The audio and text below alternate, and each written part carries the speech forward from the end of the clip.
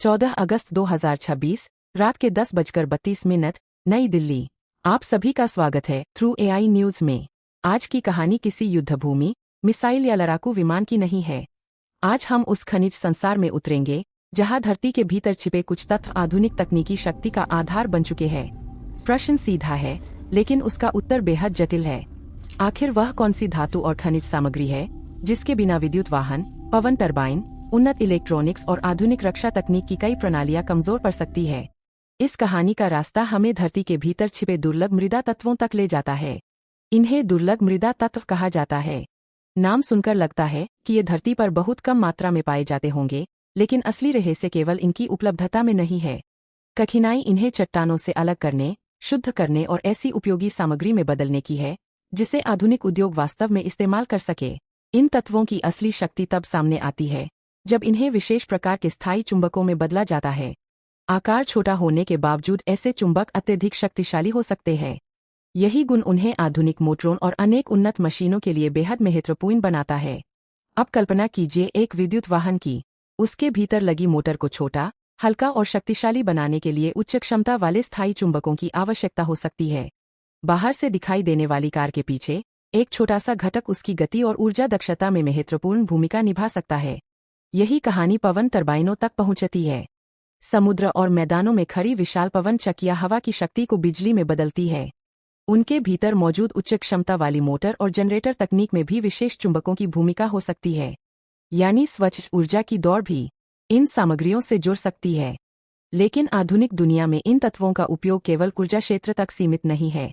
Electronic उपकरण, robotics, संचार प्रणालियां और कई उन्नत औद्योगिक उपकरण भी विशेष चुंबकीय और धातु संबंधी सामग्रियों पर निर्भर करते हैं। छोटी सी सामग्री कई जटिल तकनीकों के भीतर छिपी हुई शक्ति बन सकती है। और यहीं से कहानी केवल विज्ञान की नहीं रहती।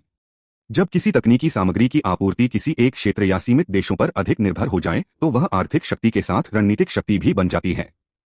दुर्लभ मृदा तत्वों की वैश्विक आपूर्ति श्रृंखला इसी कारण धीरे धीरे भू राजनीति का हिस्सा बन चुकी है। इस क्षेत्र में चीन की भूमिका लंबे समय से बहुत महत्वपूर्ण रही है। खनिज संसाधनों से लेकर प्रसंस्करण और चुंबक निर्माण तक पूरी आपूर्ति श्रृंखला में मजबूत औद्योगिक क्षमता ने चीन को बड़ा प्रभाव दिया है। इसलिए दुनिया अब केवल खनिज भंडार नहीं, बल्कि प्रसंस्करण क्षमता और उत्पादन नियंत्रण को भी देख रही है। असली चुनौती यहीं छिपी है। जमीन के नीचे मौजूद अयस्क को निकाल लेना केवल पहला कदम है। उसके भीतर से अलग अलग तत्वों को पहचानना, रासायनिक प्रक्रिया से अलग करना, शुद्ध करना और फिर उच्च गुणवत्ता वाले चुंबक या औद्योगिक सामग्री में बदलना एक लंबी और जटिल प्रक्रिया है। भारत के लिए यही सबसे महत्वपूर्ण प्रश्न है।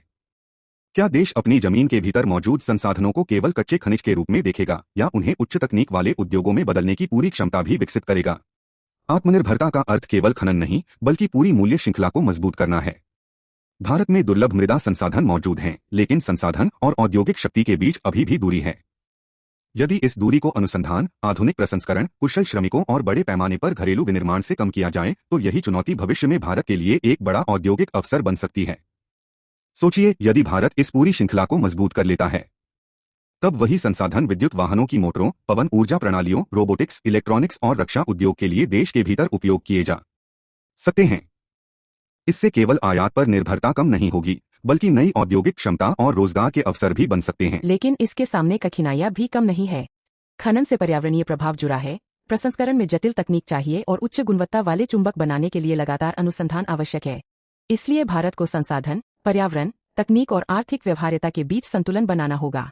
भविष्य की तकनीकी प्रतिस्पर्धा में केवल बड़ी मशीनें बनाना पर्याप्त नहीं होगा। जिन देशों के पास आवश्यक कच्चे पदार्थ, प्रसंस्करण तकनीक और उच्च गुणवत्ता वाले घटक बनाने की क्षमता होगी, वे अधिक मजबूत स्थिति में होंगे। दुर्लभ मृदा तत्व इसी बदलती औद्योगिक शक्ति की एक महत्वपूर्ण परीक्षा बन सकते हैं। यही कारण है कि दुर्लभ मृदा तत्वों की कहानी आने वाले वर्षों में और महत्वपूर्ण हो सकती है। विद्युत वाहनों की संख्या बढ़ेगी, स्वच्छ ऊर्जा का विस्तार होगा, रोबोटिक्स और स्वचालन बढ़ेगा और रक्षा तकनीक अधिक उन्नत होगी। इन सभी क्षेत्रों को मजबूत सामग्री और सुरक्षित आपूर्ति की आवश्यकता होगी।